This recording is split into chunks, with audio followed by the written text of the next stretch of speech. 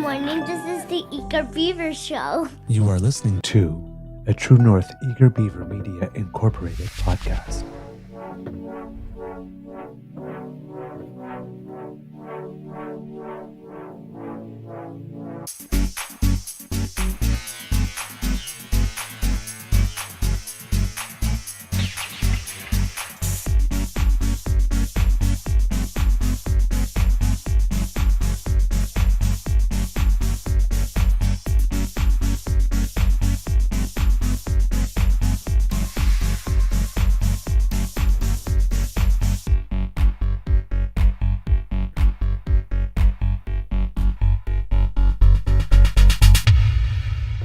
True North Eager Beaver podcasts are proudly brought to you by our founding sponsors, the Miss V Mysteries from Corvid Moon Publishing, your source for science fiction, fantasy, and cozy mysteries featuring a broad diversity of characters. PsychicTarot.ca, book your tarot reading and unlock your spiritual journey. And the Pepper Master, hot pepper sauces made from farm-fresh ingredients to thrill your taste buds and expand your mind.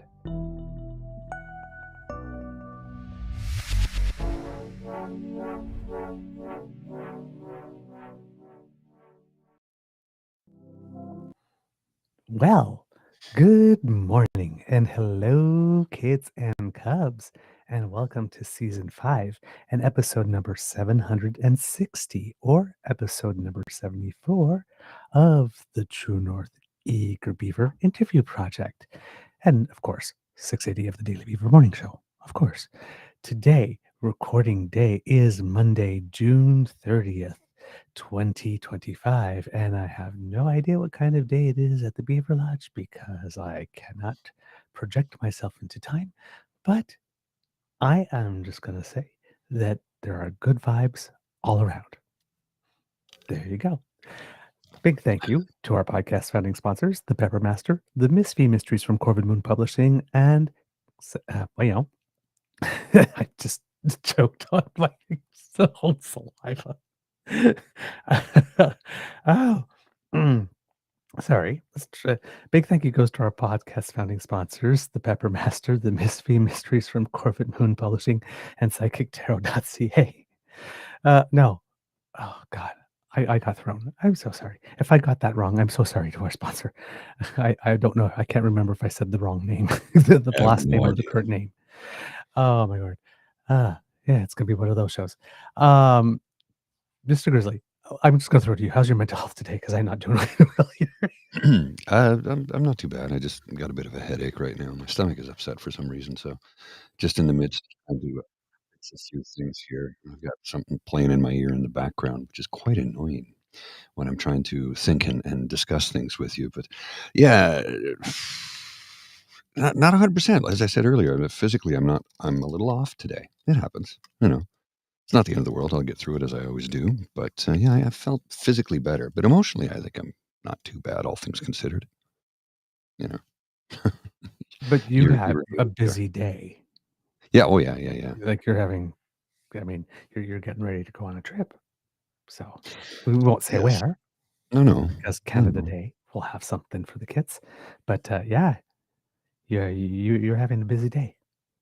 Yeah, a very busy day. Trying to get things ready for that. I have to there's the clothes. You got to figure out what you're going to pack because I have a few. I have to be formal for a few things, semi-formal for a few others, and then I want to get some exercise. So I need some of that. I've got to bring some equipment with me, laptop, some cameras, some microphones. So yeah, I'm packing a lot of gear.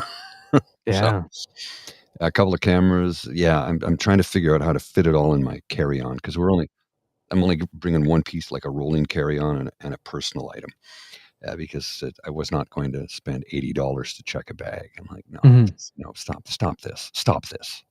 Don't give me include it in the price. Don't give me. I'm sick of this add-on shit, and I don't know a single person who flies who isn't sick to death of it. Oh, just tell me the damn price. Yes.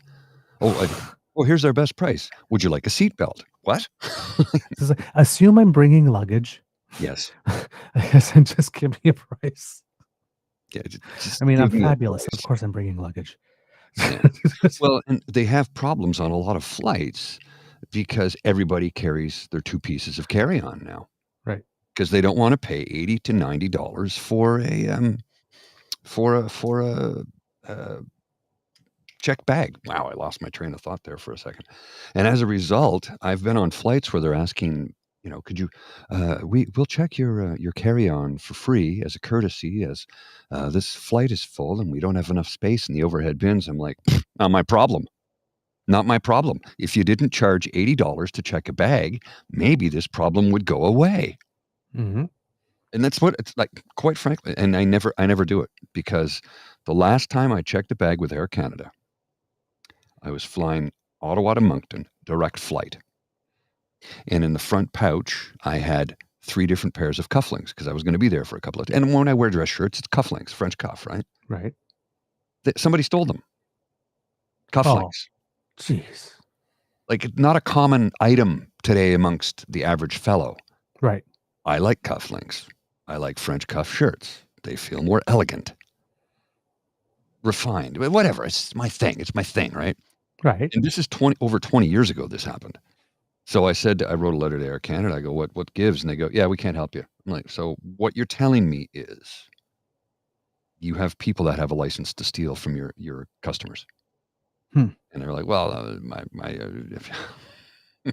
That's what they're saying, yeah. Indeed. Wow. yeah." Okay. Well, seeing a note from our guest here in the private chat. If you got time and money to spare, go by air, my dad. Air Canada pilot, yeah. Oh man. Okay, kids and cubs. You clearly know who our guest is, especially if you were with us on Friday. So, without any further ado, military historian and retired naval officer, Royal Canadian Navy. Put your paws up, kids and cubs, for Kit Hugh Culliton. Hello, my friend. Oh, you Whoops. seem to be muted there. You're muted? Can't hear you. Nope. Can't hear anything. Not sure we had you going there, it was good a moment ago. All of a sudden, there's no audio. Yeah. All right. Try Maybe usually log in and log out again? Yeah, usually that's what happens. Yeah. Yeah, log in and log out. We'll see you in a minute. All right. Yeah, sometimes weird stuff happens. We don't control the technology. We just work with it. I control it as much as I possibly can, but when it comes to somebody remotely dialing in, it's not possible for me to correct everything because I don't have control over their computers. So Yeah. let's see if this time it worked. There we go. Okay. No, we No, still still cannot can't hear you. Check on the gear wheel down at the bottom of the screen, click on audio, and then go make sure that you have the correct audio input, the correct audio output. It might take a minute or two. While you're doing that, we'll pull you off the screen while you're doing that. You just give me a thumbs up because I'll monitor you and over here to see when you think you've got that all straightened out, and we'll get you back into the stream in a moment or two. Sometimes things just go sideways. Indeed. Always during a live show, except this is recorded, but still, we record it live, warts and all, and then send it out to you. Yeah. See here in the chat, he goes, Dad took everything he needed with his flight bag. Yeah. Well, and I try and carry as much as I can, and here's the thing, I would not check any electronics, ever. No, ever. Do not do that. That's a guaranteed way to lose them. Yep. Do not check your electronics. No, just Absolutely. don't. No. If you have to carry 3 small bags and they charge you extra, fine, I don't care. Yeah. I'll put it in the seat beside me and put a seatbelt around it. I'm not checking it because you pricks will steal it. I've not been on a plane since like right as COVID was starting. Oh, When so we were going 5 to Port of years. Ireland and coming back. Yeah, I haven't been on one at all. It just dawned on me. It's like my Beaver sweetie had to go to Romania, of course, because his grandparents, grandfather, last remaining grandparent, passed away and had to go there and resolve the estate and all that kind of stuff. And he's taken a trip to Cuba at one point, and I think he might be attending a conference soon. And he's thinking of possibly going to Romania again this August. So Okay. I haven't been on a plane yet. I was thinking of going this August, but he wants to go hiking in some mountains, and I'm not sure that my foot's going to be. Probably not in ideal condition for you, yeah. Yeah, Well, yeah, I've taken, like, 3 trips to Calgary in the last 2 years, and that's been my only, travel in the last 6, right? It's just in the last 2 years, I've flown quite a bit, but, not, there was a 4-year period, you know, the yeah. 4 years of COVID where I just, nope, not getting on a plane. Didn't All wanna right. do it. Didn't wanna do it. Okay. He says he hears and sees us. We Yeah, see you. Let's see if we hear you. can't hear you. Hold It on. was weird because you were before we There we I'm go. yeah, now still we can Now hear we here. you. hear you. I'm freaking Yeah, Yes. here. okay, excellent. Oh, good. You Yes. can hear me. Okay, well, let's go Yes. with that. He said, I'm reloading and trying on my phone. I say, that's my fail safe too, right? Well, I got my phone Just here in too. case, yeah. Just in It always case. works. Always works. Lovely, lovely, lovely. Well, it's like technology is always like an Italian sports car. I mean, everything works great when it works great. Yeah. Okay. Yeah, that's a good one. All right. My friend, there's clearly, military and stuff has been in the news big time over the last little bit. Internationally, we talked about that on Friday, but also domestically because this last week, because yeah, I have to remember when we're recording this, we're supposed to be next week. So last week, Yeah. Prime Minister Carney was at the Canada EU summit first, and then the NATO summit soon after. 1 day for the first one, 2 days for the second one, and there were a series of big announcements. And preceding that, there was the big announcement that kind of came out of the blue in one sense. Like we knew we were going to spend more on military, but there was no clue that that was coming, that we are going to do it this year. So there's going to be a boost of about $9.3 billion if the money is all able to get out the door this year to bring us to just over 2%. It's actually going to be around 2.1% if I remember correctly. So let's start with that part, and then we'll get into the other stuff later on, the ReArm Europe and SAFE program and stuff later on. But with regard to this first bit of money, is, it's needed because from what I can understand, again, based on different conversations, but when we were talking to Bonnie Critchley, she was mentioning the era with the Trudeau father, where things started to change, and she called that was the actual decade of darkness, according to her. And then we went on to other governments, and of course, when we got to Christine Martin years, there was lots of cutting, and there was a period in there, when she was saying that they would throw stuff at her, right? Because the military was not popular, so cutting the military was extremely popular, so it just kept going and going. Mhm. And then we got under Harper, where we got to 0.9% of that 2%, and then all the stuff they did to veterans. And then it sort of bookends at the other end with Trudeau Jr., who this fiscal year, because this was what's being spent this year is basically his decision, will probably get us close to about 1.5 or 1.4% down from that, which was actually a doubling of dollars. And making certain decisions that have set the stage for what Mark Carney is doing along the way. This $9.3 billion right now as an injection, this seems like it's a good thing. It's getting good reviews. What's your take on that? Okay. Let's understand Canadian defense policy has traditionally always been as cheap as possible for maximum benefit. Going back to before the First World War, we can go right back to Laurier. We started a Navy because we had to.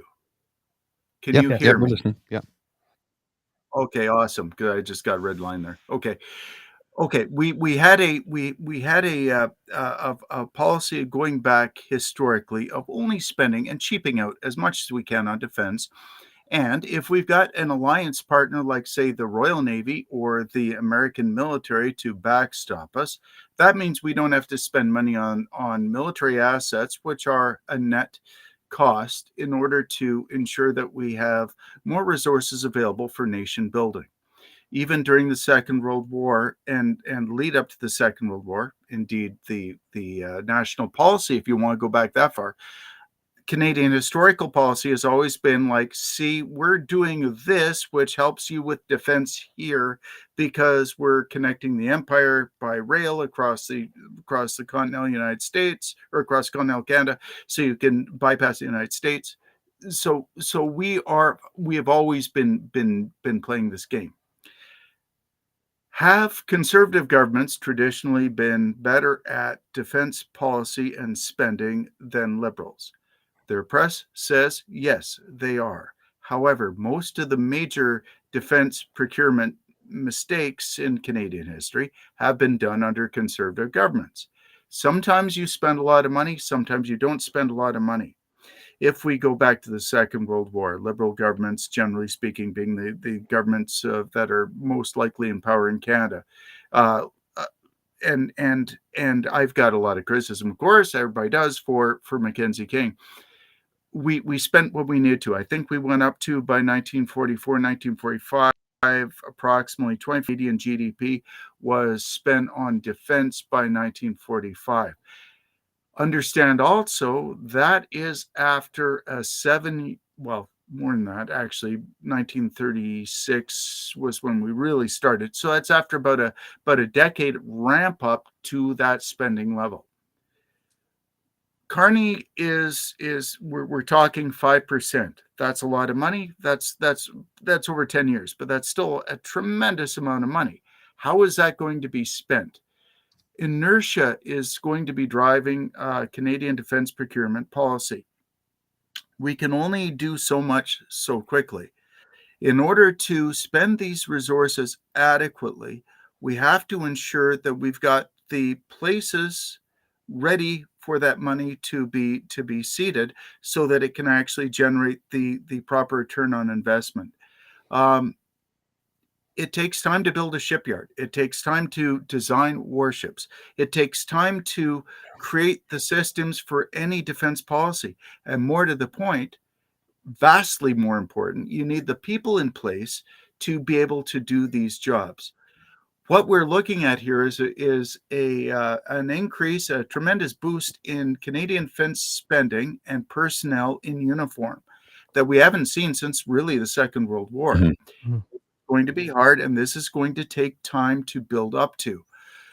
For a properly trained, useful infantry soldier, and I'm not denigrating the infantry by saying this, it is possibly one of the hardest jobs that in the military, in that you not only need immense, like Olympian physical fitness, you also need the competence in a variety of weapon systems, communication systems, command and control systems.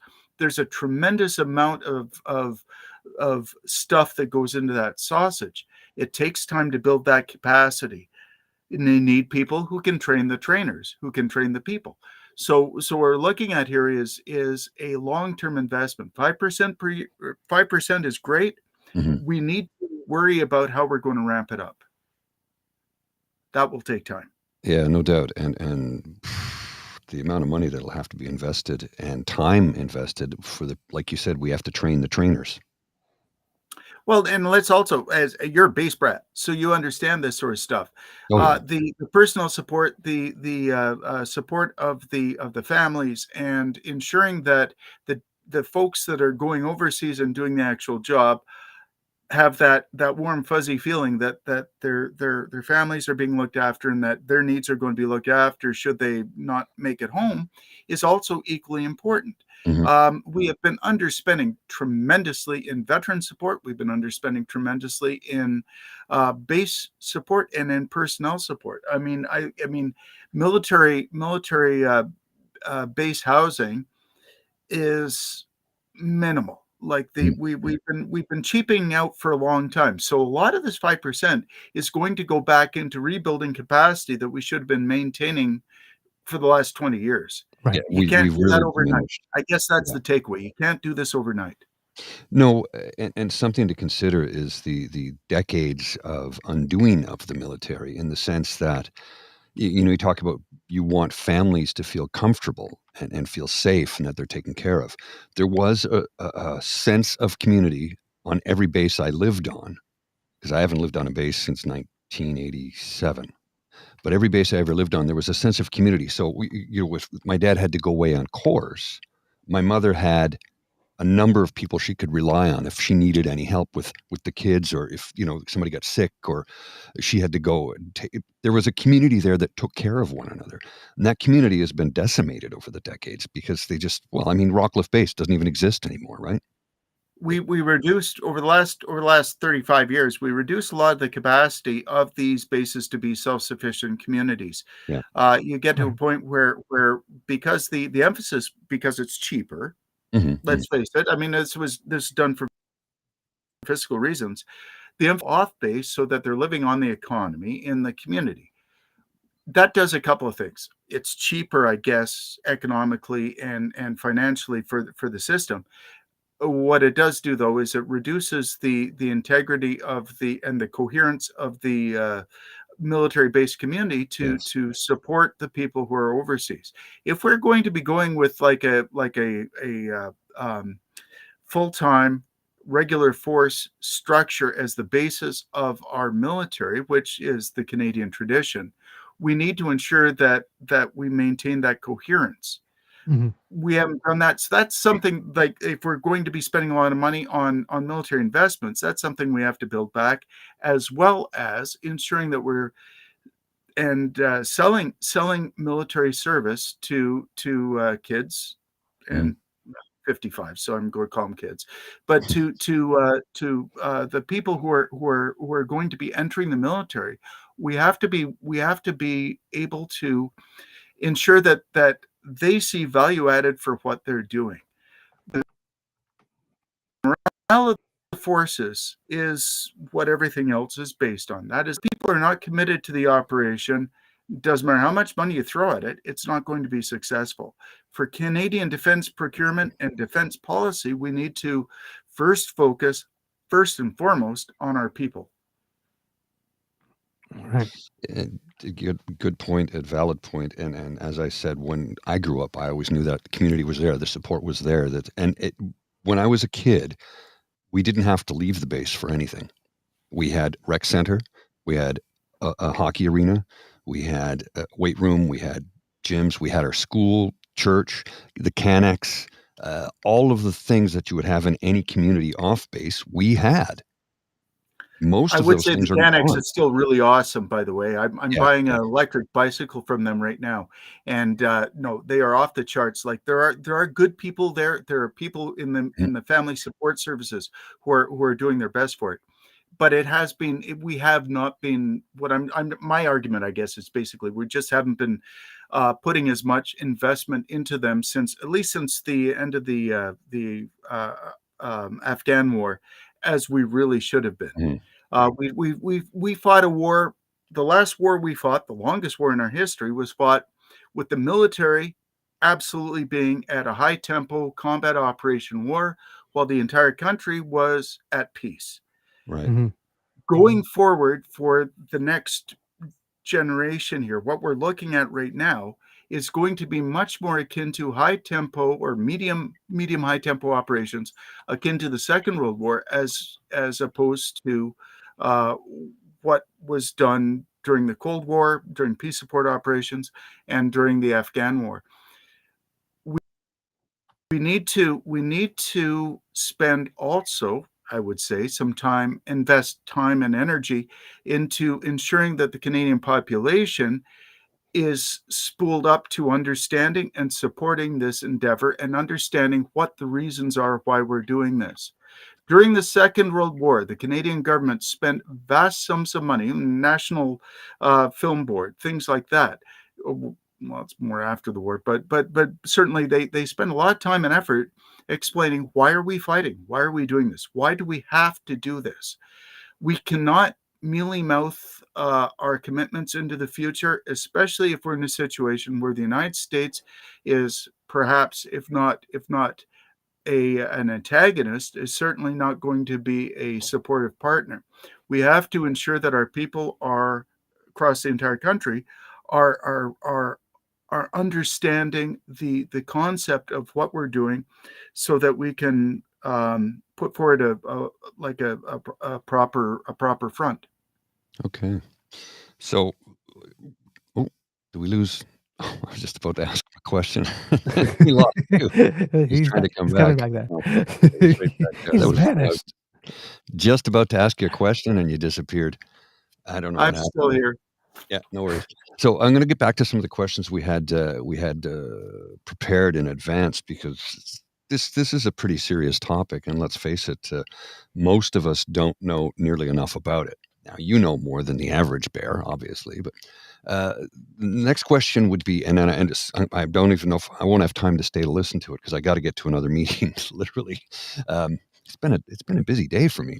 But the next question is, how likely do you think it is that we will have the ability to get that money out the door, and what we need to do to ensure we have the capacity to make it so? And on that note, before you We answer have it, I got to go. I'll see you later. I'm so sorry, guys, but I got no another worries, meeting. no worries. You do Okay. you, bud. Bye.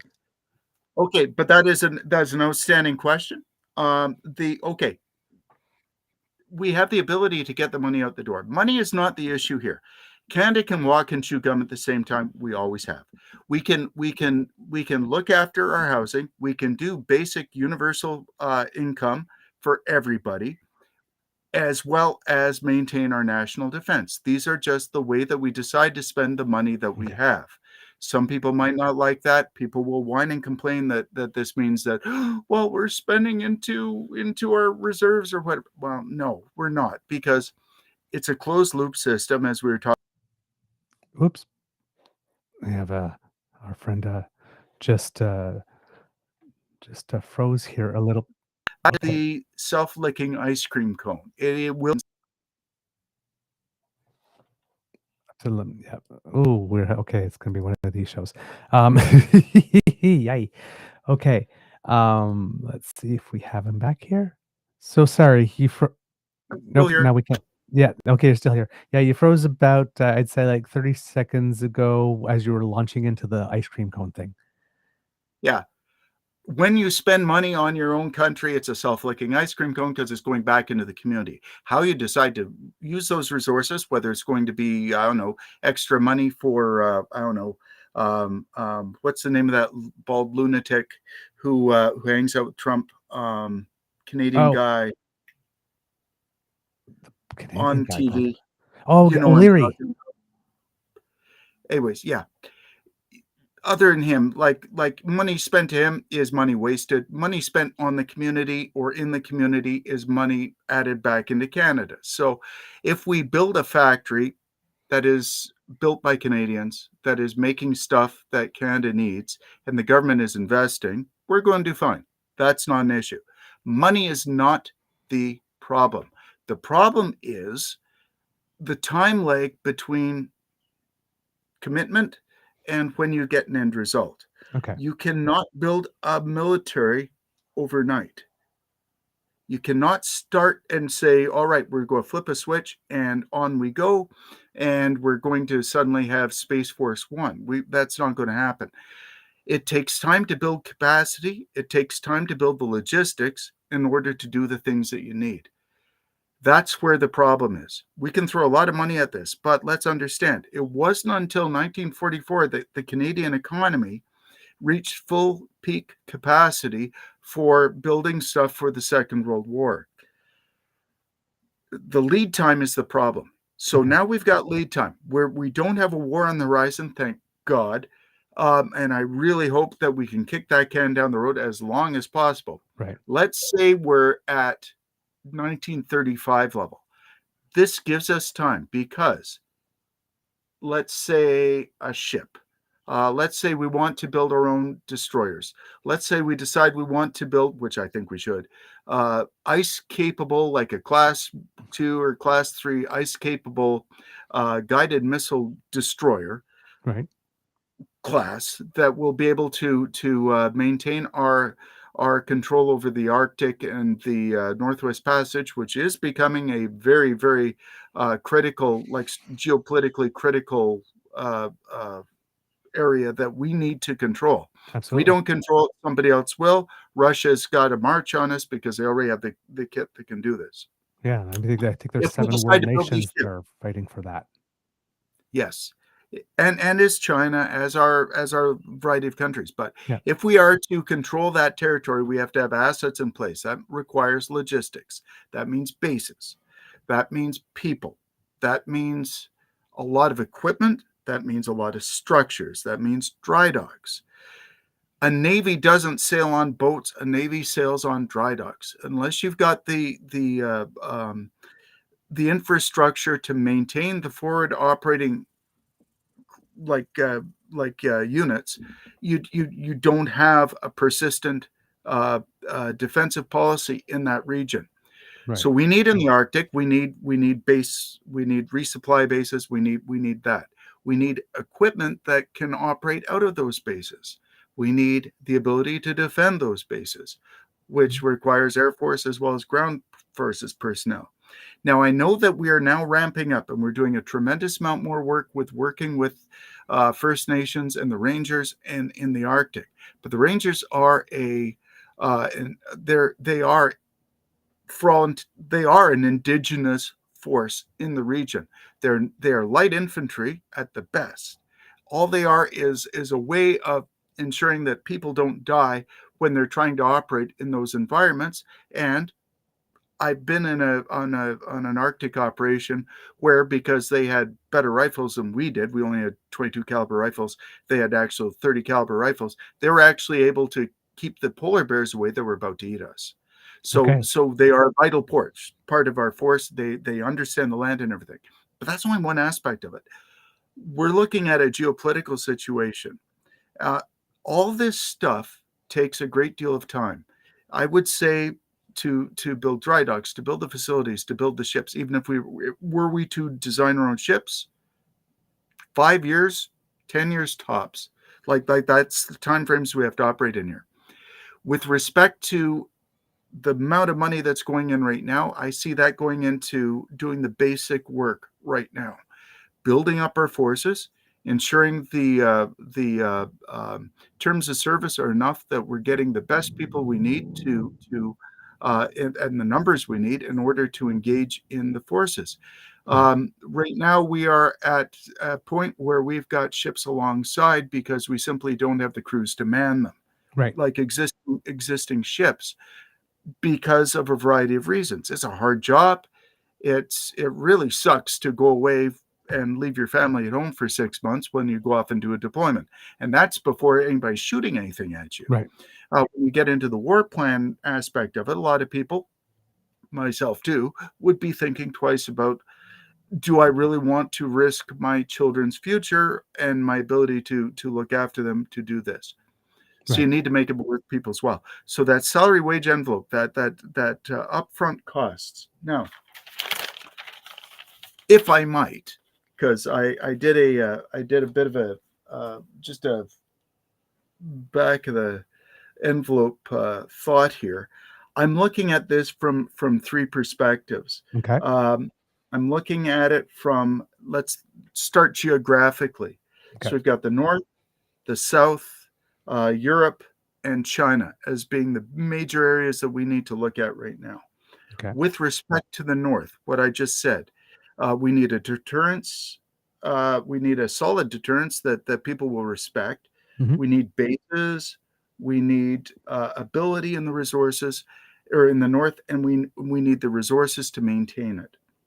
In the South, and by the South I mean the American border, well, that's a deterrence thing as well, but that is going to be more done through absolute diplomacy and negotiation than it will be through any sort of military force. were the United States to attack us, and I did a back of a pack of smokes war game of this, there's no way that we can ever defeat them up front.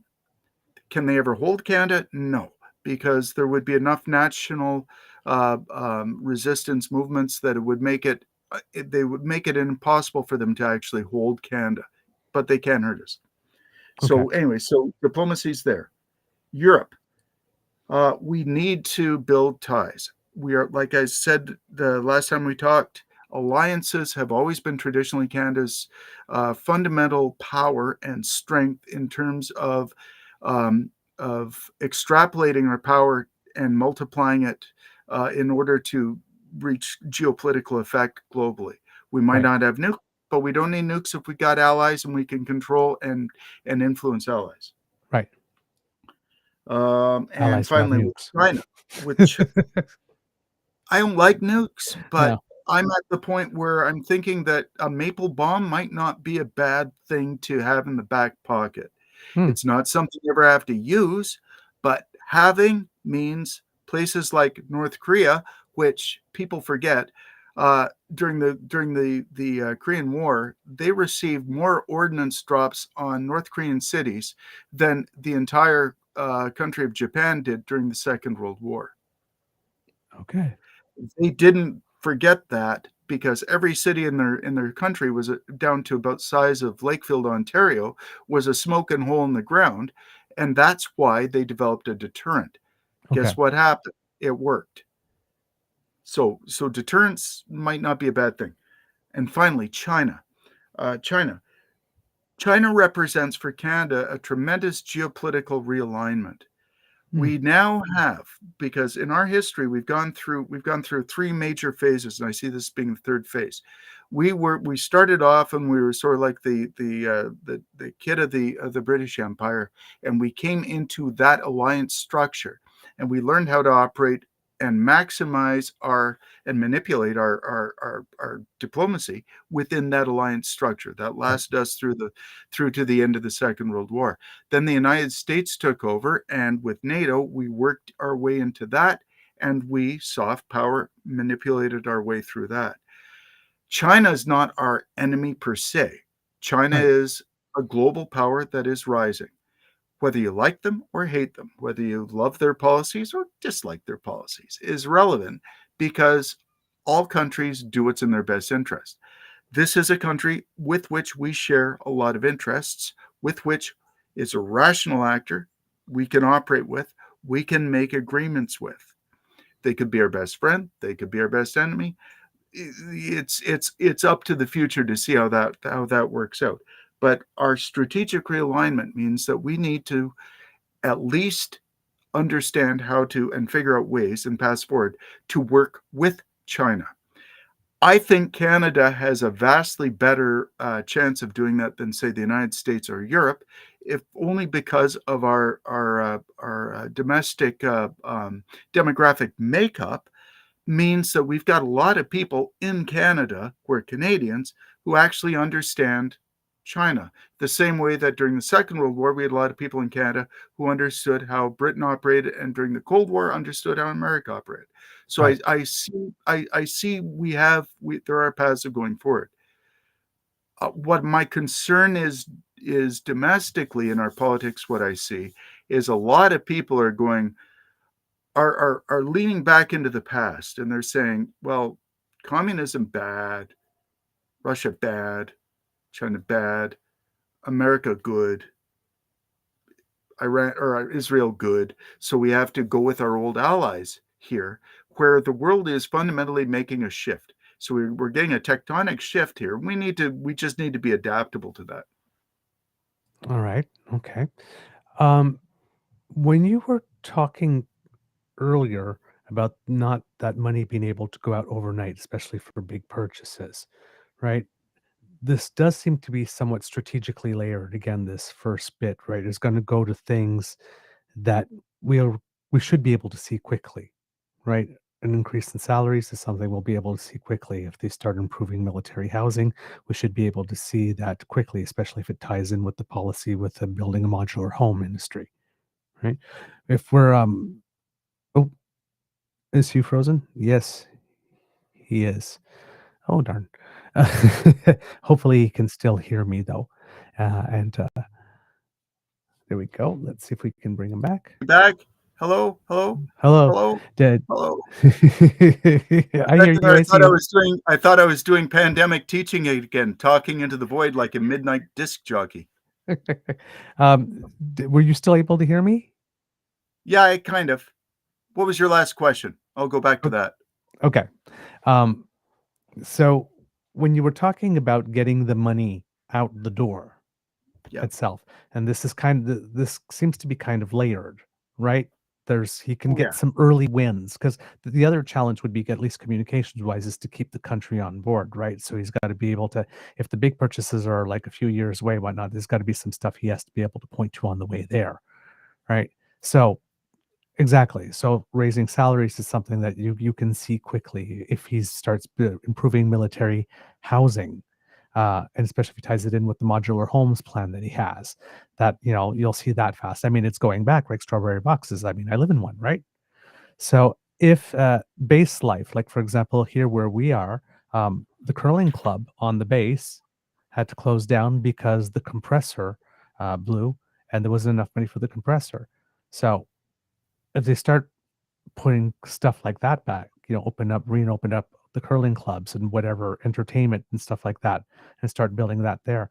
That's all also infrastructure dollars and infrastructure money, and all the economic activity that's generated from that, and then you get right. So these are all things that are layered that you can see now, and then stuff like drones or whatnot are stuff that might come if we're buying from somewhere else, like in a year and a half or whatnot, but we might start building a place to be able to manufacture them here, which in like 3 or 4 years, creates. So there are, because warfare is changing, there's certain equipment like drones that doesn't need 8 years of planning, like this. So you can put these in the middle, just better quality equipment.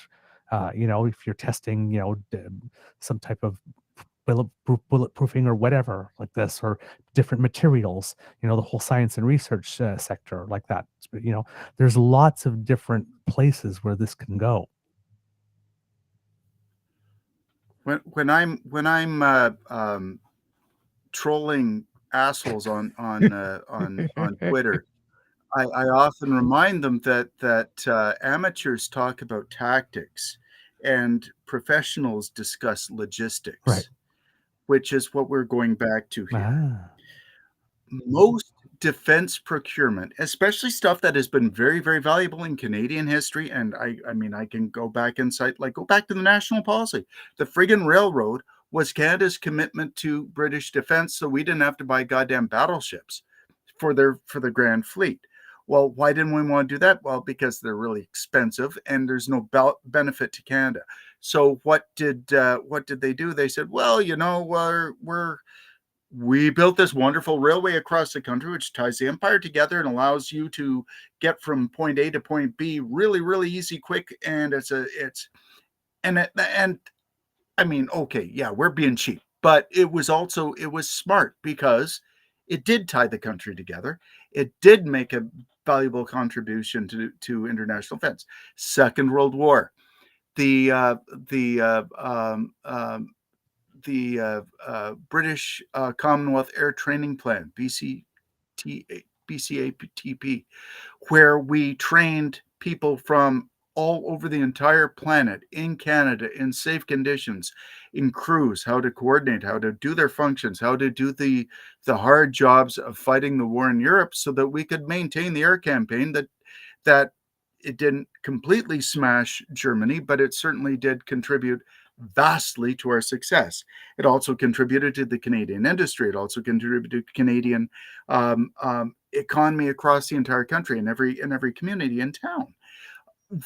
So military spending doesn't necessarily mean beans and bullets and bombs. It also means the infrastructure that supports all of this. With respect to what we're talking about with the logistics here, that means dockyards. That means dry docks. That means ensuring maybe, I don't know, maybe make sure that across the entire country, we've got guidelines for building multi-lane highways so that every 10, 15 kilometers or so where terrain permits, you've got straightaways that are zoned such way that you can use them as a temporary air base. With underpasses are used as temporary aircraft shelters for maintenance and Right. things like that. I mean, it's only limited by imagination how you Right. do it, but but that is where I see, like right now, I see where this 5% is going to go. Right now, we're priming the pump for what might have to happen in the future. If we do it properly now, if we build the logistical base and the foundation for Canada's defense industry Right. now for the future, the bombs, the drones, things like that, that's really easy to roll over from civilian production to military Right. production.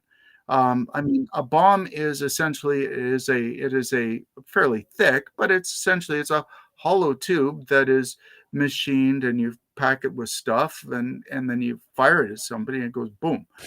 A drone is essentially a quadcopter, if you want to go down that low. I mean, these ones we're talking about are a lot more sophisticated than that, but essentially it's the same sort of idea. I mean, it's like your backyard little drone thingy, but now you got a hand grenade strapped to it. Now it's Right. a weapon. Like the nature of warfare is changing very, very quickly. Didn't get into that this morning, but the something also to consider that I guess leads on to this. Sorry, I go all over the place. Is that we're now in a place where warfare is not a matter of body stopping bullets. It's now we're using drones and AI to do a lot of these things. Consider, all right. A lot of people are like, well, F-35 is garbage. Okay, great. It's not a great fighter, but you're not turning and burning like you were in the Second World War. What you're doing now is you've got a very stealthy. It's got like I think it has maybe about 1/10 the radar signature of a B-2 bomber, which is still really stupid big on radar. I mean, you can see them, like they're stealthy as hell, and they're highly sophisticated, but cost $2 billion per copy. So that's a lot Yeah. of money. That's a serious Yeah. investment in an expendable piece of Right. equipment. Now you got, like, let's say an F-35, which is also stupid expensive. Got an F-35 though. You can, with one F-35 and one guy with AI augmentation and onboard computers, is able to control, say, a flight of, say, 6 loyal wingmen, which are like basically AI fighters with onboard fighter systems, but unmanned, that will do the fighting for him as he sits back and everything, as well as a swarm of kamikaze drones that can actually do strike missions on targets. The I go back. I mean, I think it was 4 years ago. There was an interesting conversation on a fighter channel pilot that I'm a geek. I listen to stuff with my dad, of course, because he's a pilot. But it was a naval aviator who was doing an online simulated combat against an AI system. He was flying an F-18. The other thing was flying an F-18, and he realized that very quickly, within about 2 minutes, the AI had figured out what his TAC parameters were and was predicting and anticipating what his actions were. So he realized he was going to lose. So he just thought, screw it. I mean, it's just a game. So he jacked it up to full maximum thrust, cranked it up to maximum 40-odd thousand feet altitude and everything, until he was just on the edge of stall. And he said, and then I looked back to see what the AI was doing, and it was just basically circling like a shark down about 25,000 feet, waiting for me to stall out. And so it could smoke me, and it did. Now, understand this, that's one pilot who has got all the meat problems that every living creature does with stress and combat and worrying about your family and your kids and mortgages and stuff like that, versus an AI system, which if you take out that one AI system, all that information is also equally downloaded to the main database and is uploaded into all the other AI systems that are flying continual missions 24/7 all the time without getting tired in order to understand how best to beat the human systems. So the future is going to be in the technology and the implementation of technology. I could be very much wrong on this, but I see what's happening right now as being the true revolution in military affairs. Back in my day, when I still had hair, we talked about we still talked about like the computer systems as being like the revolution in military affairs. Now I think it's going to be the AI, because the AI is changing the fight in it's an exponentially different direction. This is what's happening now, and we're seeing this in Ukraine especially, but also in the war between Iran and Israel. We're seeing AI systems as being the equivalent to naval, or to combat and combat management, as machine guns and radios were back at the beginning of the 20th century. Okay. It's going to be profound, and nobody really understands yet, because we're still working through it. Nobody understands how that's going to play out. But all I'm telling you now, those carriers that the Americans are sending out to the Mediterranean and the Red Sea and the Persian Gulf, they represent the 21st century equivalent of a dreadnought. And we're going to see, like, if you lose one of those ships, and it only takes a very small hole in a radar screen, somebody make a mistake in the CIC or some other issue, or a jamming issue or something, for one missile to get through, and you've got a carrier and 3,000 sailors on the bottom of the ocean, you've got a completely different situation. Right. Okay. So that's the changing warfare. There's something else that the Prime Minister said the other day, that made me think of something, because and I hate that I have to say his name, but Brian Lilly wrote a piece. Now, listen, even though we're talking about Broken Brian clock. Lilly, like this, he made me think about something like this, not as in, yeah, you're right, but as in response, like, this is not okay.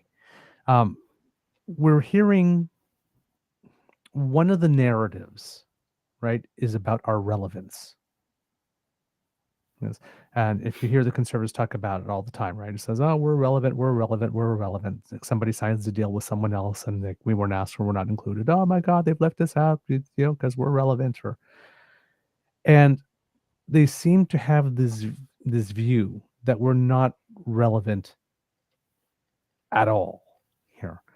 And now, of course, they always take the negative to the extreme here.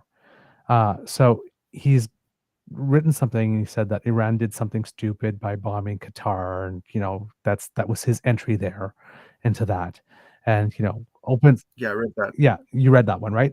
So it opens all up there like this, talking about nobody wants war except the mullahs in Tehran and all that kind of stuff. Okay, you run with that one, but then after that first section, which is all about that, it just switches to Canada here, and then it's like a slightly different thing. It becomes a different article. And this is the part, I'm going to read this part, not because I want to give him any promotion, but this is what got me thinking when he said that. And I'm thinking, like, are you out of your tree? Canada's voice just doesn't matter on the world stage these days. So all of these statements by Prime Minister Mark Carney don't really have any impact. That's not a criticism of Carney himself. It's just how irrelevant Canada has become over the last decade. Just the last decade, of course. Carney is in Brussels for the NATO meeting and posted this to X in the middle of the night before Iran attacked Qatar. Quote, I spoke with President Trump overnight. We focused on de-escalating the conflict in the Middle East, our shared commitment to a stronger NATO at this week's summit, and the progress in the ongoing trade negotiations between our countries, Carney said. Once upon a time when Canada spoke, it mattered. We have spent far too long riding on American coattails, not equipping our military and not engaging in serious diplomacy. We once had a significant military. We once had a powerful diplomatic corps. All that has rotted away. As my friend David Jacobs keeps pointing out, that is all gone now, and that means Carney's statements are really for domestic consumption. Perhaps this changes under Carney as we boost defense spending and engage in diplomacy based on substance and not the PM's socks or his costume changes. He just can't quit him. Given the last decade, it will take a lot of work. Carney has just extended the term of our ambassador in Washington, and so then he goes on to talk about the trade stuff. So this specific stuff is the military stuff. Now, I am sure that you are giggling somewhat, but I'm hearing this, and I'm thinking, no one is not asking about our position because we're irrelevant. It's because this is not our circus. We weren't a party to the attacks. We're not a party to the defense. We're not a party to the negotiations on the nuclear stuff. Like, it's not our circus. So anyone who is not Russia, Iran, or the United States or Israel will have a position, right, that's completely irrelevant to those four nations. They're not listening to anybody. So how do you fight to be relevant? Like this, like, where does relevance even become a metric when you know the people that are making all the decisions are saying, yeah, you can say what you want. We ain't listening to you. We're just going to do what we're going to do. So it would seem that if we're irrelevant, we're in some pretty impressive company on that front. So the prime minister could spend the time trying to be performative here and taking these big positions, I guess, or spending his time and his energy elsewhere. And this seems to be the stuff that he's doing while they're all leading the circus. Like, they've stopped leading, so let's go ahead. We'll lead. So, and then we have what we're doing in Latvia. We have what we're doing with Ukraine, which is not counting right now to our NATO, but it's money we're spending out there. Like this, and I think we're the second largest national contributor after the United States to what's going on in Ukraine. It's like, we're not irrelevant in any way, shape, or form. I mean, we're not a big power, but we're certainly not irrelevant. And then there are certain areas like cyber and all that kind of stuff where we've specialized. We're not able to do everything, but there are certain things we do pretty damn well.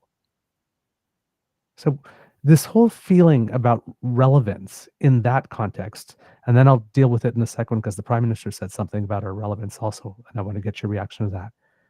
But for people who are out there like this and they keep on hearing like, we're relevant, what's your take? Because that just, I can't believe that someone would even say that.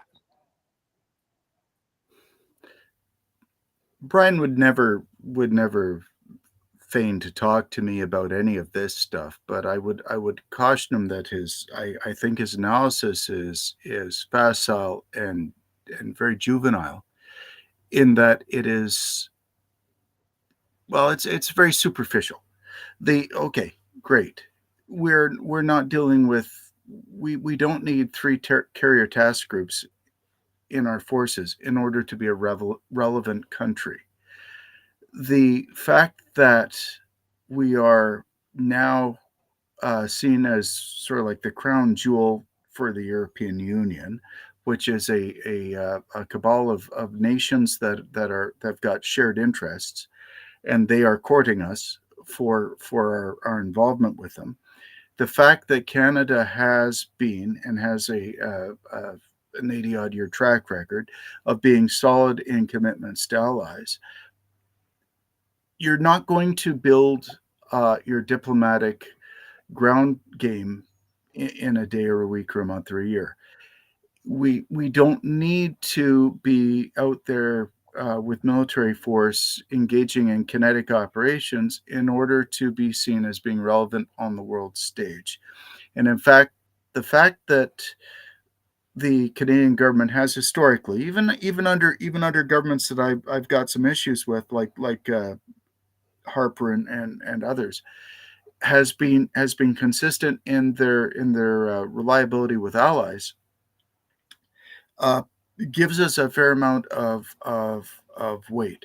We have to look at this. There's hard power, military operations. There's soft power, everything else. Our soft power is real, like all soft power, any nation. The soft power is incredibly hard and time consuming and difficult to accrue.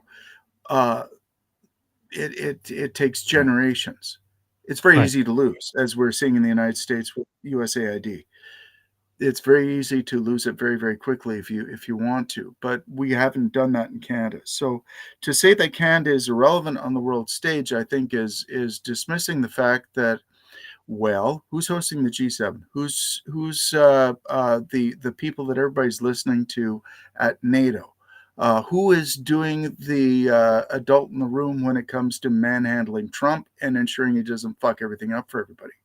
It's going to be we've seen that Canada is seen as being the prudent, rational Right. actor in the room. So I think that's a major All right. issue. Okay. So I okay, Brian is correct. Is there more we could do with respect to some aspects of our defense policy? Yeah, there is. There always has been, but I don't know. Yeah. I don't think he's looking at this as. Of course, he's a journalist, so he's looking at getting likes in his press. So I imagine he has to be a little bit more proactive about that, or provocative about it. Okay. Right. The moving on from what we've made as domestic announcements, Prime Minister has been in Europe this past week, and made that deal or signed that agreement with the EU with to get access to what is called the ReArm Europe program, which has about $1.25 trillion Yeah. of activity related to it. And then the SAFE program, which has another 150 billion euros, which is about $243 billion. And that I believe, is to access some loans at some, I would guess, some rather favorable rates in order to be able to do that. I'm not sure exactly over how many years all of that is, or if it's just a pool of money and, and it gets spent. But what is your assessment of that kind of impact of that kind of money, and given this new relationship, and given the fact that the United States is not as reliable a partner as it was once viewed, what is the potential for us there? The downside is that we will have to negotiate with an America that is insulted that we are turning away from them, and that's going to be something that will be difficult to deal with. The upside for Canada is that diplomatically, this ties us closer to a variety of countries that are likewise liberal democracies that share similar values and similar global interests, and helps to ensure greater pool of allies that we can draw on if we need to. The third thing, industrially and economically, by getting engaged in this, like I would see this more or less, it's a lot of money, but let's be blunt, like $1 trillion here, $1 trillion there, and maybe sometime down the road you're going to be talking about real money when it comes to defense spending and things like that. It's like this is a big high stakes game. Right. What it does do, though, is it opens the door to us for us to European markets, and allows us to integrate some of our industrial base and capacity with countries that we can share. I mean, I'm looking at things like the proposal from Sweden with respect to Saab and Gripen, and having domestic production of certain European type fighters or design fighters and things like that here. This isn't the first time we've done this. We did this during the Second World War as well. We were branch plants for many European countries. But the money stays here. So Right. I can't see this as being anything other than a general net win for Canada from a diplomatic and an industrial perspective. It'll be problematic perhaps with the United States because they're going to be really, really upset with us canceling things like the Boeing F-35 contract. But I don't know if you've been paying attention to the civilian airline issues. Boeing is dying. And so removing ourselves from dying corporations might not be the worst thing that we could do. And there are solid grounds to do Yeah. it. Well, it's like almost like one of those Roadrunner and Coyote things where you're looking at a tunnel and there's like a white dot. It's like, I know that's a train. I think I'm just going to step off the tracks right now. Thank you very much. The 787, Yeah. the Dreamliner that crashed, the India plane. It's starting to look tremendously. They're looking for all sorts of solutions for that, whether it was vapor lock or a fuel contamination issue or things like that. It's starting to look like what it was an electrical fault in the programming of the system, which again would be in keeping with what happened with the 737 MAX and some of their other quality control problems. Like their entire company, they lost a tremendous amount in order to reduce expenses. They reduced a lot of their more experienced workforce in order to automate it, and now we're starting to see the problems of that. Boeing is also the primary contractor for a lot of fighter production and a lot of aircraft production in the United States military, as well as for the Arrow 3 Iron Dome interceptor missile program. So, maybe moving away from them might not be the worst idea, and I'm quite confident that we could diplomatically justify. Oops. I have Miss Hughes frozen again there, but I'm thinking he was going to say, well, we can diplomatically justify it. Don't know exactly. Well, I think we have a good idea of the reason why here it can be, but there you go, our friend.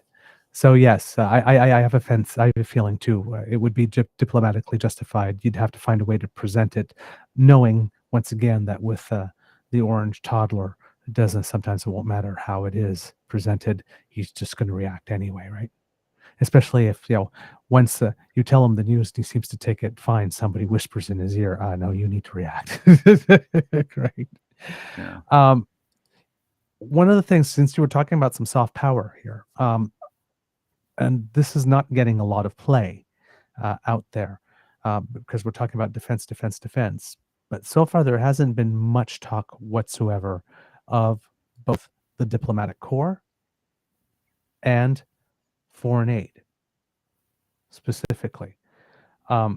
We never, ever, ever have reached our goal of 0.7% of foreign aid, even though we did, No. I guess. And we do have a very professional and respected diplomatic corps. But I'm not sure if there are issues with it similar to the military in terms of either being under-resourced or not remunerated enough in order to be able to have the retention or all that kind of stuff, or just ways that it might be able to be used in different capacities, given the changing way that warfare and international relations is going to happen. So I was wondering if you had some thoughts on both of those, let's say first foreign aid and then the diplomatic corps. Well, as part of defense, right? I will caveat this by saying that I have very limited understanding of the Canadian diplomatic process and the Canadian diplomatic corps, except that were I 30 years younger, I would probably be trying my best to get into it. With respect to our foreign aid, soft power has been Canada's bread and butter for the last 65, 70 years. Being able to support and help other people around the world in a variety of ways which are not immediately beneficial to Canada is something that it seems a lot of Canadians and various political parties, i.e. on the right, don't seem to put much stock into. However, it does ensure that we have a easier time of navigating problems as they come up down the road.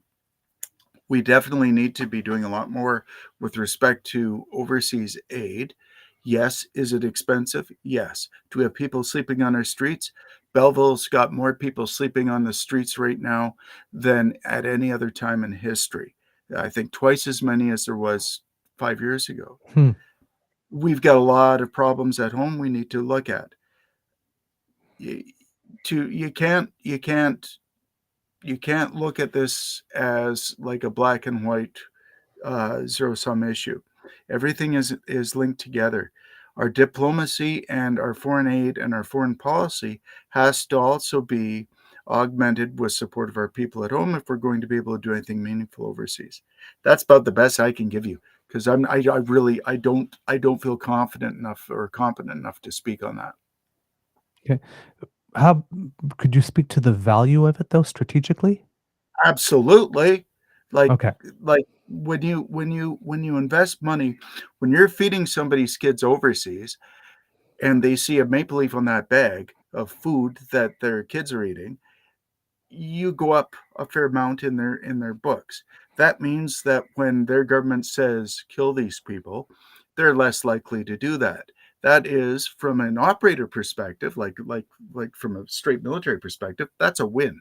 But so every dollar that I guess riffing off of Eisenhower, who said that every dollar spent on a bomb, every bullet, every ship at sea is a dollar is food taken on the mouth of a child. Every dollar that we invest in feeding children, in housing people, in supporting families is one less Canadian kid that is going to be put in harm's way sometime in the future. Right. We're all in this world together.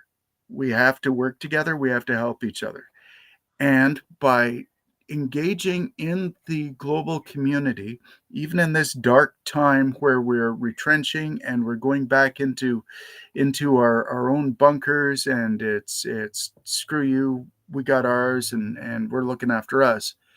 Every dollar you spend helping other people, you get value back from it. But other than that, my friend, I'm being told by my boss here that I've got to get going here because I've got a meeting. Oh, okay. Do you have time for one more? Absolutely. Okay. It was probably just well, I didn't actually get you to respond to the thing I wanted you to see from Mark Carney about talking about irrelevance. So I'll play that one. It's just about a minute or so, and I just want to Sure. get your take on it. Please. All right, setting it up right there for you. The volume on. Go. At the core of our defense investment, of course, are the men and women of the Canadian Armed Forces. And as I speak to you today, Canadian troops are participating in NATO deterrence and defense missions across Central and Eastern Europe, as well as building capacity in the Middle East. As part of Operation Reassurance, Canada is leading a 14-nation strong multinational brigade with over 2,000 Canadian Armed Forces in Latvia. We're working with our allies and partners across Europe to train Ukrainian soldiers who are defending their homeland from Russia's illegal and barbaric invasion. These are the women and men we are investing in. The forces we will expand with new incentives and new recruitment efforts. Le Canada. So, are you still with me? I got it. Okay, you did get it. So, what is your take on that particularly, where the prime minister is making a point that we are exactly relevant? Oh, we are okay. Without trying to it- sound jingoistic, I would say that Canada is approaching one of these these inflection points where we're actually well positioned to uh, be a linchpin for global stability.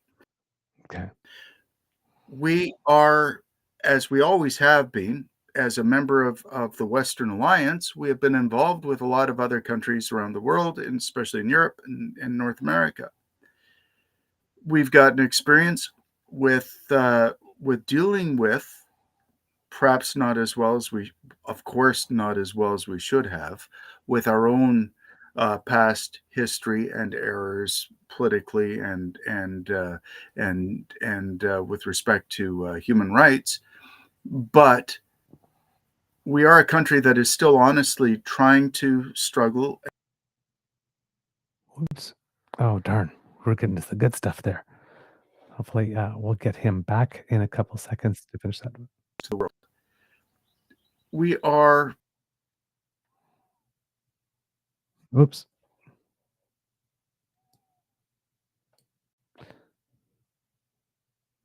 we're essential in that we have a foot in a variety of different worlds. Because of our international makeup of our community, we have people and cultures from around the entire world. So we hold people together in that way. Right. The way that the government is approaching things in a pragmatic and yet still reasonably empathetic way, not saying that we're not still dealing with a tremendous amount of genocidal issues, and I'm not saying that I do not have a tremendous critique for the Canadian government with respect to the way it treats First Nations people, which is abhorrent and it still needs a tremendous amount of work. But there is still the effort here that to try to build this.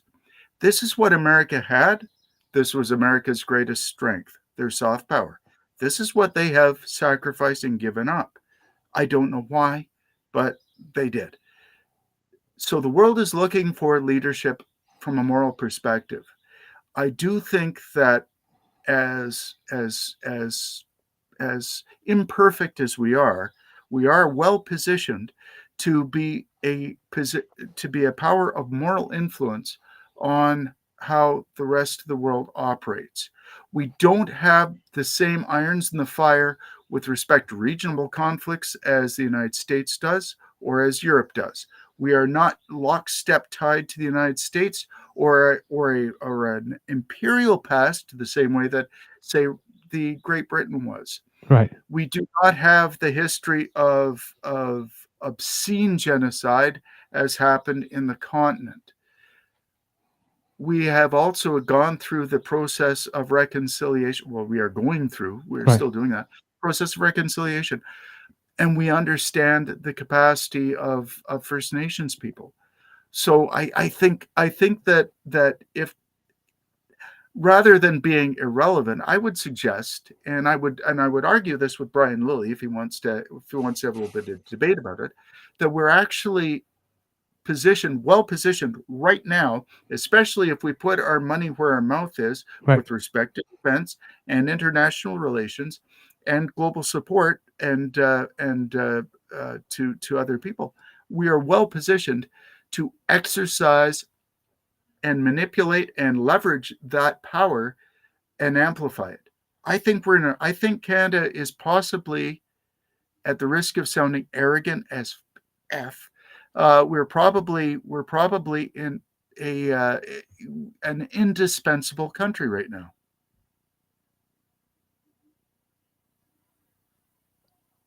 Indispensable. Okay. Wow. That's a good Especially note. given our geopolitical condition. If you want to look at geopolitics, you can look at the Northwest Passage, which is becoming the vital waterway for the world now that climate change means that places like the Panama Canal is losing water supply and is reducing capacity, that the Suez Canal is reduced in capacity due to regional tension, strife, and violence, and other issues. We might very well be placed to be not just the moral center, but also the center of geopolitical gravitas going into the future. Ooh la la. Listen, we had the economist David Gray on our show a while ago saying that if the United States keeps on doing what it's doing to itself economically, we might actually end up being the reserve currency as well. So, yeah, you're right. We're pretty well You positioned. remember that movie again? I'll go back. Let's tie art back into reality here and go back and look at that movie Civil War, where they go into the gas bar and they say, "Hey, we need gas," and they're like, "Yeah, I got $25." They're like, "Yeah, $25 will get you a cracker," and they're like, "No, it's 25 Canadian." They're like, "Oh, now we're talking." Love it. My friend, thank you so much for joining us and sharing the depth of your knowledge with us and giving us, It's just opinions. It's just opinions, and I've got a lot of work to do, but like I was saying this morning, like there's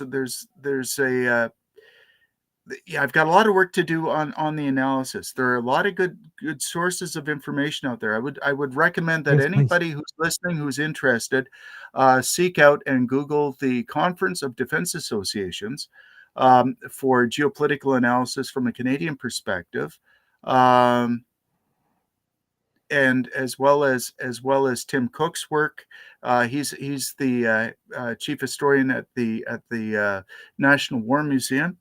Went to school with him. Great guy. Absolutely outstanding guy. Like you'd really like him. And yeah, read. There's a lot of stuff happening here. And unless you start to, as an individual person, try to get through the BS and look at the basic sources, you're going to get a very warped opinion about what's actually happening in the world. It takes a lot of work these days to actually get to the truth. That's a nice word on which to leave it, my friend. Thank you so much for joining us this morning. Thank you for giving extra time. I know that I asked you one last question and kept you a little longer, but it's just so interesting. For you, anything. Thank you, my friend. And so have a wonderful day, and I'll sign off because you have to go. Bonsoir, mon frère. cher. À bientôt. À bientôt. There we go, kits and cubs. Our friend Kit Hugh Culliton, military historian, and of course, retired naval officer, Royal Canadian Navy, giving us, yes, his opinions, but very well informed opinions based on fact and history and all that kind of stuff. So we like informed opinion, of course, right? Because everybody, as the Globe and Mail used to say in its advertising campaign, everybody can have an opinion, but is it informed? Right? So, yes, my good friend brings the goods, lots of facts, mixes some history in it, gives us a little strategy, puts it all together, and we get that lovely mix, and we get a lot of content. So yeah, lots of, but we're much more edified and equipped to be able to navigate all the competing narratives that are thrown our way, particularly on this file, because there's not a lot of us that have that much expertise on it. So it's always nice to have people in your circle who know and can point you to, yes, you need to pay attention to this. And yeah, that's someone's just pulling your leg here. Before we go, kits and cubs, I didn't have a chance to do it on the regular show, but there was some news that came out earlier this morning with regard to wages. Average wages for working Canadians outpaced inflation on a year-over-year basis in April, according to data from Statistics Canada. April's earnings sheet, which was released on Thursday morning, reports Canadians earned $1,297 per week on average. That's 4.4% increase year over year, while inflation increased just 1.7% in the same period. Last month, inflation had decreased a lot because of the official end of carbon pricing. But here it seems that sorry, not the official end, but when carbon pricing was suspended, it was working its way through the system and arrived there. And people were expecting it to go up rather quickly again, and it didn't this month. So it was kind of a surprise number. That's why you got the word just 1.7%, because people were expecting a little higher. Average wages also rose 0.8% compared to the month prior. So there you go. Very interesting news there. There's more information about like who makes the most and who makes the least. It seems that there's also been a year-over-year decline recorded in healthcare's and social assistance, accommodation, food service, and construction, and with regard to the vacancy rate. It seems that, and I'm guessing that this is job vacancy rates here. In British Columbia, the vacancy rates fell by 8.5%. So that's interesting data there. And there was bigger changes in Alberta and New Brunswick, Newfoundland, and Labrador in terms of contraction. So it was a 9.4% in Alberta, New Brunswick was 16.8%, and Newfoundland and Labrador 26.3%. So some countries where the vacancy rate has changed immediately, much fewer jobs. And in the remaining 6 provinces, very little change over the previous month. Just to give you a little more information on the drop in the price of inflation. This is according to Statistics Canada here. The consumer price index rose 1.7% year over year, down from a 2.3 increase in March. The slowdown in April was driven by lower energy prices, which fell 12.7%, following a 0.3 decline in March. Excluding energy, the CPI rose 2.9% in April, following a 2.5% increase in March. Moderating the slowdown in the CPI in April were higher prices for travel tours at 6.7% increase, and food purchased from stores 3.8% increase. So for those of us who are not making a lot of money, the price of food is still going up faster than inflation again at this point. With regard to energy prices, though, those have fallen year over year in April. So gasoline led the decline in consumer energy prices, falling 18.1 year over year. I am having trouble today. Falling 18.1% year over year in April, following a 1.6 decline in March. So that's the data here that I have, and there you go. Kits and Cubs. So data on inflation and data on job vacancies and job wages. I think I made a mistake a little bit earlier because I thought it was the inflation data had already come in at 1.7%, and this was a second month of similar. But it would seem that the data that I had before was a projection, and this is the one that's actually been recorded. So gentle correction issued on myself for that one. There we go. Kits and Cubs, I do believe that we have a show today already. So thank you so very much for joining us. We really appreciate it when you do. And if you have the ability to share anything that we do, because sharing is caring and your word of mouth is priceless, please do it. And it makes us, I just said do. Please do it. And it makes us very happy, especially when you add a little word of your own that says why you actually like what it is that you're sharing or something about the show. We appreciate all the help that you give us. If you would like to help us in other ways, Kits and Cubs, you can do so thanks to the Ray Girl, who sponsors our pod page. That's podpage.com/The True North Eager Beaver. Just going to take a little sip of water here.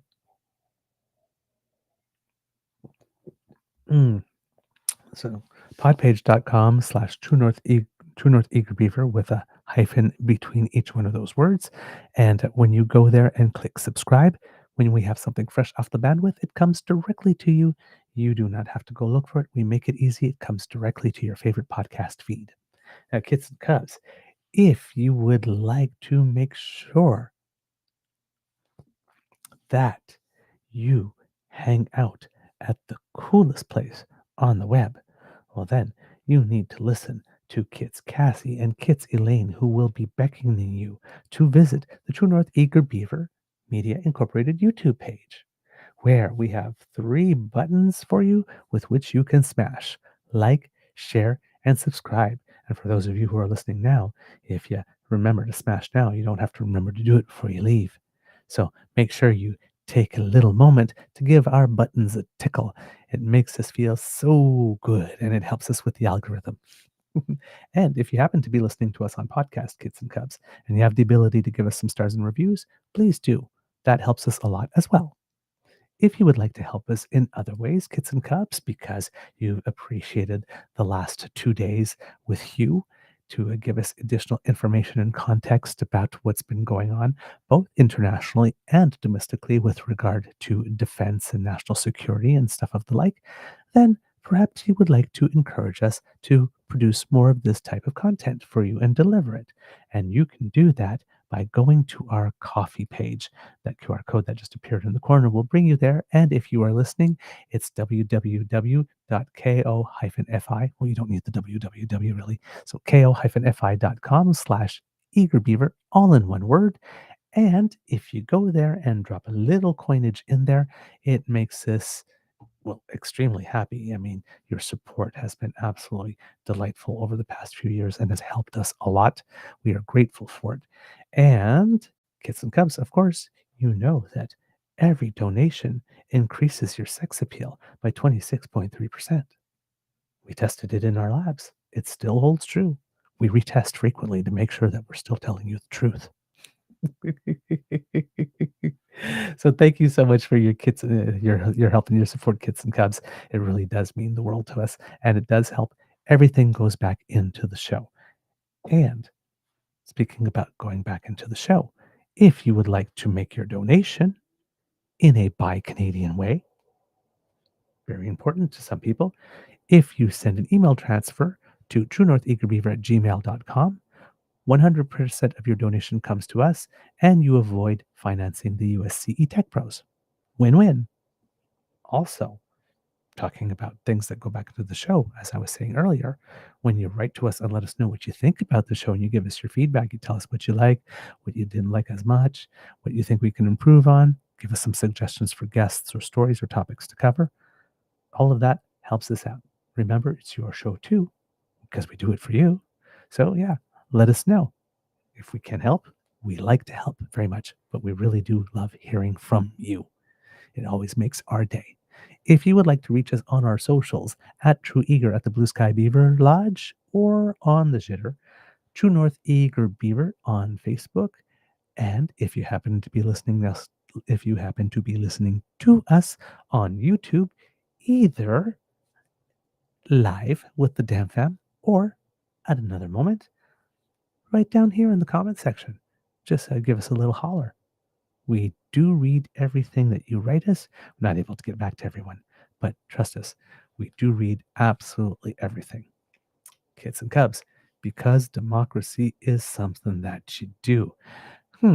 Let's see. What do I have for you today? Well, if once again, you would be able to give a little bit of help to some personal friends who had lost pretty much everything in a fire, that would be very, very, very helpful. If you go to GoFundMe, that would be very, very good. And it's the Sullivan family campaign. Like I said, it hit them pretty hard, and it would be very, very nice to get a little bit of additional help. And hopefully, before we sign off, I'll be able to put some information there in the chat for you if you're able to help with that.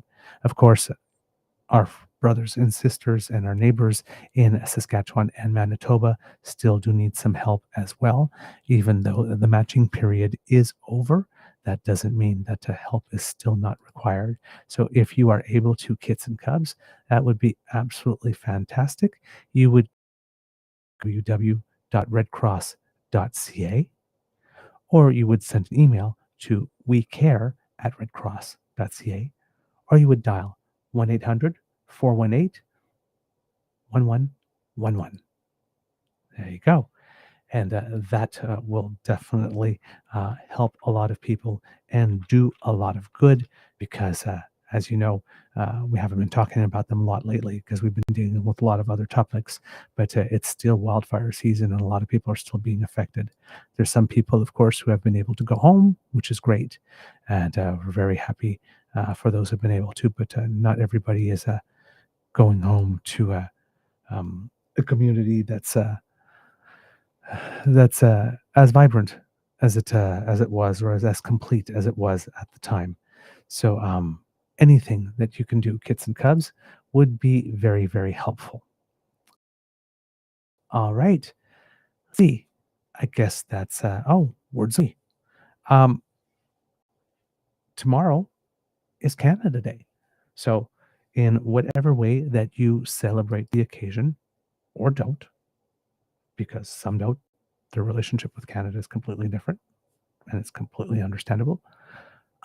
For those of you who do, however, celebrate, I hope you have a wonderful time. It's not so much words of wisdom, so let me turn them into words of wisdom. Like this, please have a wonderful time and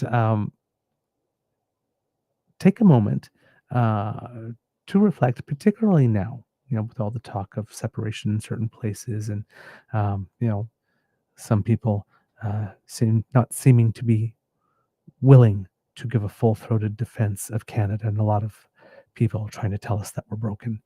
Try to see the good, because this is a really, really beautiful place with gorgeous people. Uh, we've got a very, very good thing going on here.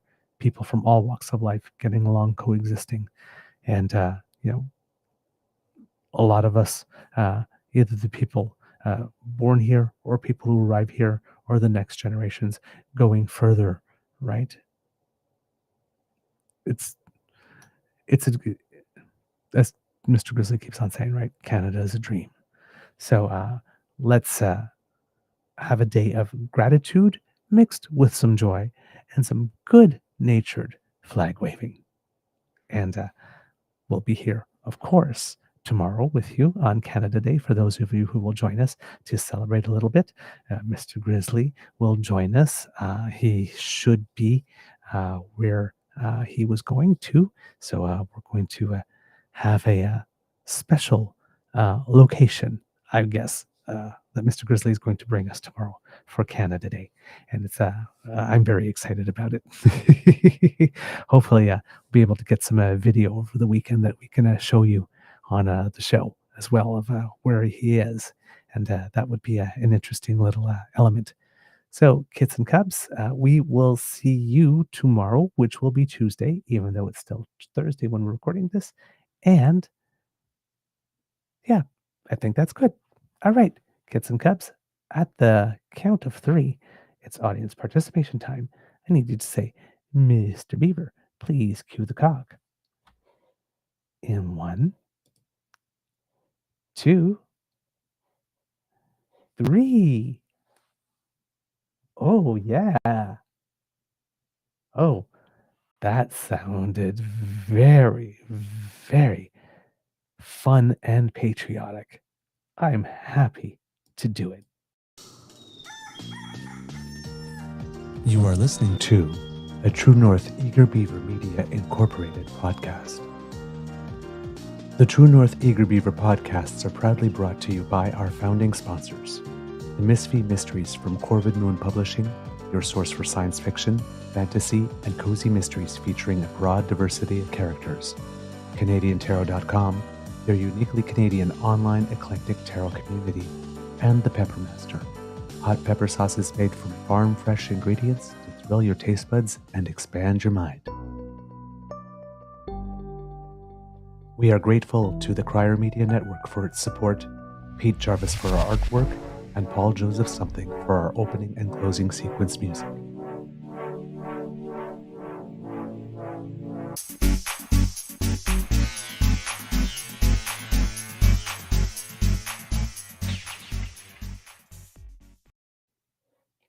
Oh, there we go. For some reason, the QR codes didn't want to disappear, so you got them for a little extra bit. Kits and cubs, I have right here the email address for the fundraiser. And if you go to the GoFundMe page, it's called Please Help the Sullivan Family.